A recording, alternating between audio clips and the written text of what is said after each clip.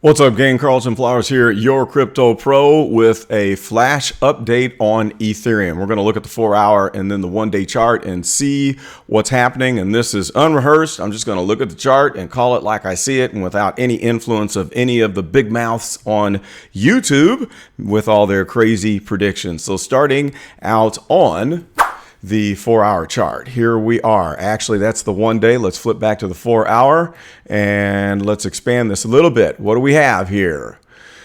Well, this looks pretty boring.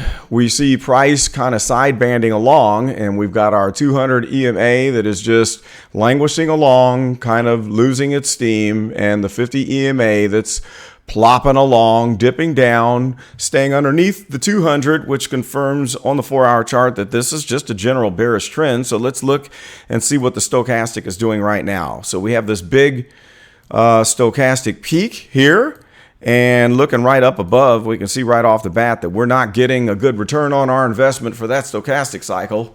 In other words, at the peak of the stochastic, we look upstairs and see what the price is doing, and it's not doing much. So the fast line, the blue, is about to curl over a little bit. We might get a crossover of the red, which would say that that's the end of this stochastic cycle, and it could start to move down, or it could stay up here, kind of like sometimes it does in the past where it dips back up.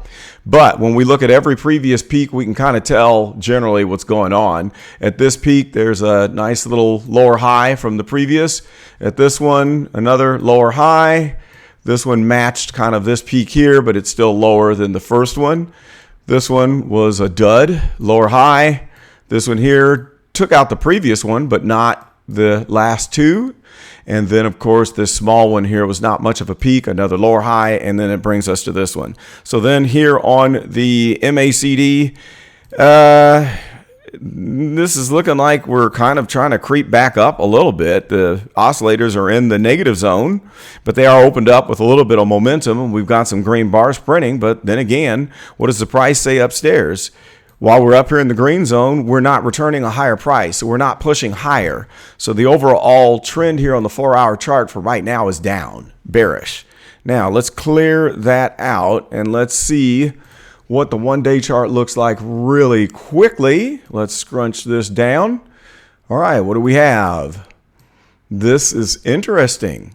So we started out with the massive run. Let's just look at our stochastic peaks. Right now, this looks interesting where the stochastic has crossed over. It's pointing up on the 1 day. But don't be fooled, because this could peter out, lose its steam, and head back down into the oversold zone. It might not mean that it has to go all the way up, because you can see here we have a change in direction. We had another one that was right here. So that's kind of a weak stochastic.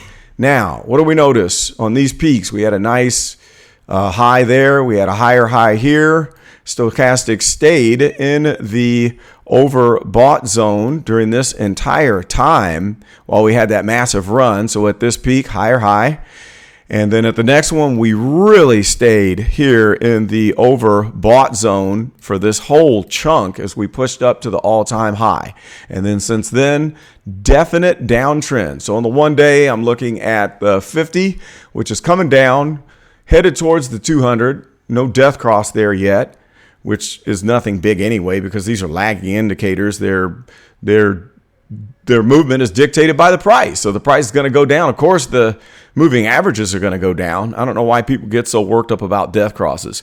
On the oscillators down here with the MACD, that's looking bearish. The blue is trying to level out here, but they're still divergent, and the general momentum is downward.